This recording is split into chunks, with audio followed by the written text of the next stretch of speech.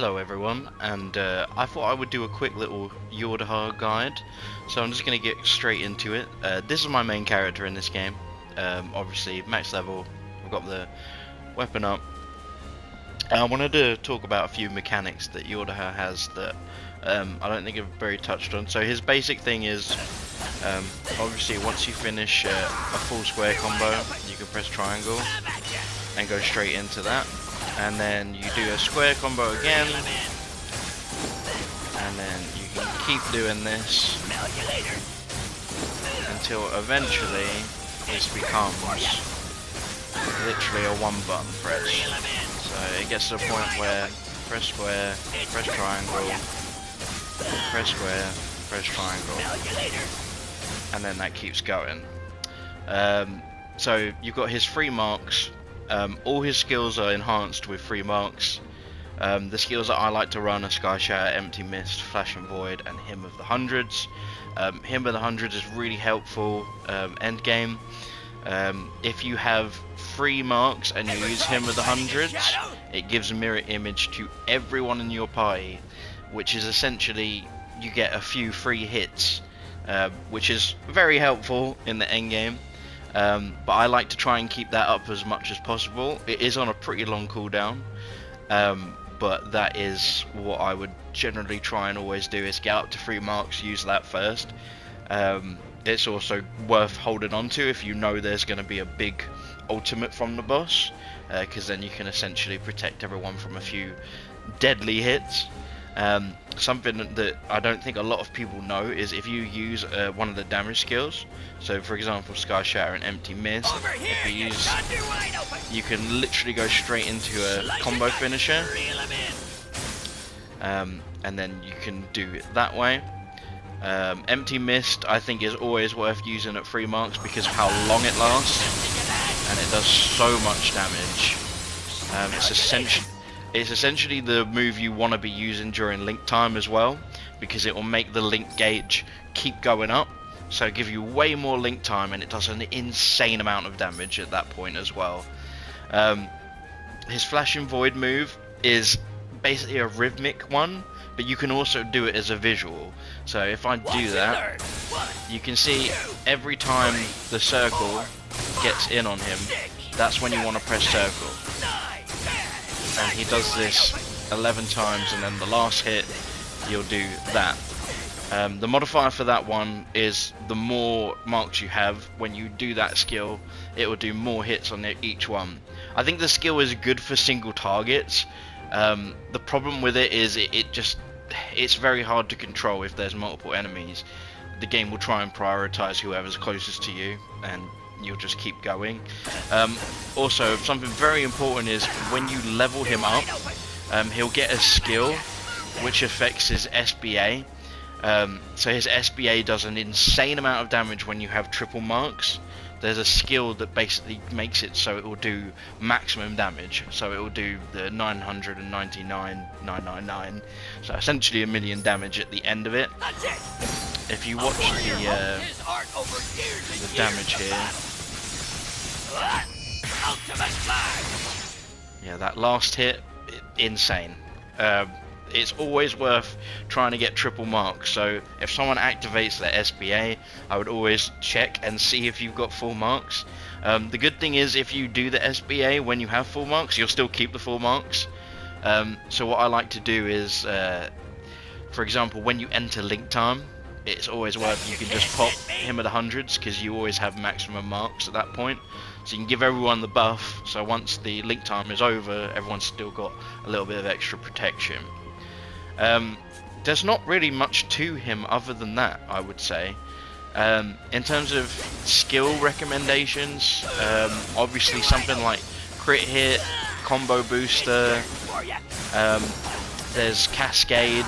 Cascade basically will make your cooldowns come back quicker for each hit. He is a constant DPS machine. Also there's the mechanic where when you do a combo finisher you get invincibility for a temporary amount of time. This is very helpful but also a bit detrimental because you end up sort of just going kind of unga bunga. But obviously bear in mind any of his attacks you can dodge straight out of. He also has his lunge, which I don't think a lot of people will really understand the mechanic. This is essentially a parry. So you could press it and just let go straight away, and when that circle is basically there, that's the parry window. So it is small, but it is worth doing, because what you can do is, say there's an AoE move that's on the ground, you can literally do this and get out of it, and if you time it right, you can basically get extra damage from basically perfect parrying. You can obviously do the normal perfect parry as well. Honestly, I barely block in this game, but it is something that you can do, and you can block quite a lot of attacks. But any big bosses tends to be, if you can block one attack, but then the second attack will break your guard. The most important thing as well is when you're in the end game. I've spoken about this before, but if you go into gear, the most important thing I personally find, and let me actually bring this up, is the trait system. Hang on, let me actually get into here. So if we do R3, so this will give you a breakdown of all your traits that you've got equipped. So damage cap, you see mine's plus 55. The thing with damage cap is it's worth getting to level 65, because you can see 250%. I think this is what a lot of people are missing when they're in the end game. They're like, why am I doing no damage? It feels like I'm not doing what I should be doing, and I have really high attack. This is why. I don't really like this mechanic, because I think it kind of limits builds. But essentially, this is what you need to be running if you feel like you're doing no damage. Obviously, my weapon is plus 99 and it's fully awakened, but that 1200, 774 damage doesn't mean anything if I can't actually hit the numbers. So I think damage cap's really important. Other than that, what I would always run is something like stun power. I really like, because you get that blue gauge up real quick and you can do the link attack. I like link together as well, just because you get your SBA like insanely fast. Drain is really good on Yodarha. If you do empty mist with drain, it will essentially give you all of your health back. So really recommend drain on him as well, especially if you don't have a healer. That's a really good alternative. Combo booster is really good as well. Potion hoarder is a super nice skill as well. I was very lucky on getting that on my plus. Hopefully I can replace these damage caps eventually. Auto revive is really helpful at endgame too. Doesn't matter how good a player you are, something's going to hit you eventually, and it will probably one-shot you. I also did have tyranny on here, which I would probably put into the build at some point, but at the moment I feel like the health sort of loss is too great for me to justify. He also, I know characters have their own unique sigil. Trying to get his +1, but I don't really think this is worth using, to be honest. So it boosts his attack power whenever he lands a combo finisher, and it ends when the combo chain ends. So I do think it would make a difference. I'm going to experiment with it a bit more now that I have my damage cap up to max, but I'm not sure it's worth losing one of these to justify it, really. I may try and replace stun power with it and just see how we go. But yeah, it is an interesting sort of character, but a lot of people were sleeping on this character, which is fine.